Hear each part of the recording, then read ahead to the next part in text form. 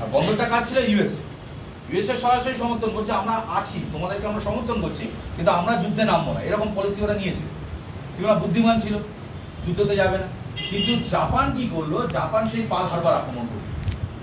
এবার Pearl Harbor আক্রমণ করা মানে কার আর কি জায়গার আক্রমণ করা? ইউএসএ সরাসরি ইউএসএ কে চ্যালেঞ্জ করলো।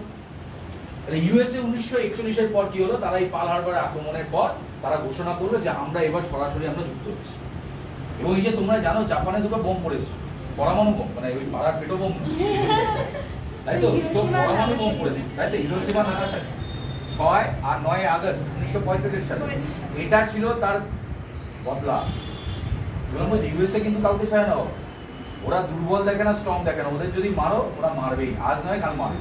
তার প্রমাণ হচ্ছে এই যে পার্ল হারবার যে আক্রমণ করছে, এবং এটা আক্রমণ মানে এই পরমাণু বোমার ফেলার পর তারা স্টেটমেন্ট দিয়েছে যে এটা হচ্ছে ওর বদলা। 1941 সালে যে পার্ল হারবার আমাদের আক্রমণ করা হয়েছিল তার বদলা স্বরূপ আমরা কি করলাম, বোম্বিং করলাম, বলে দিয়েছে ওপেন স্টেটমেন্ট।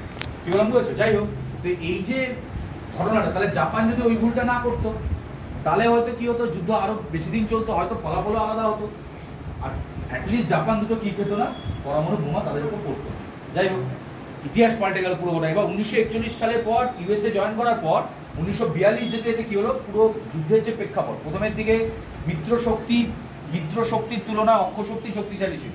জার্মানি জাপান মূলত তারা কি করছিল, মানে চাপ দিচ্ছিল। 1941 সালে ইটালি তারা পরাজিত হয় রাশিয়ার কাছে, এবং ইটালি তারা চেপে যায়। মানে ইটালি, এই তিনটে শক্তি দেখছো, 1941 সালে ইটালি তারা নিউট্রাল হয়ে যায়, মানে নিরপেক্ষ হয়ে যায়। ঠিক আছে, হেরে গিয়ে তারা নিরপেক্ষ হয়ে যায়। মূলত এরা দুজন লড়াই চাইছিল, প্রধান শক্তি ছিল জার্মানি। 1941-42 যেতে যেতে জার্মানি কি হলো, অনেকটা পিছিয়ে পড়ল। জার্মানিও পরাজিত হলো কার কাছে, রাশিয়ার কাছে।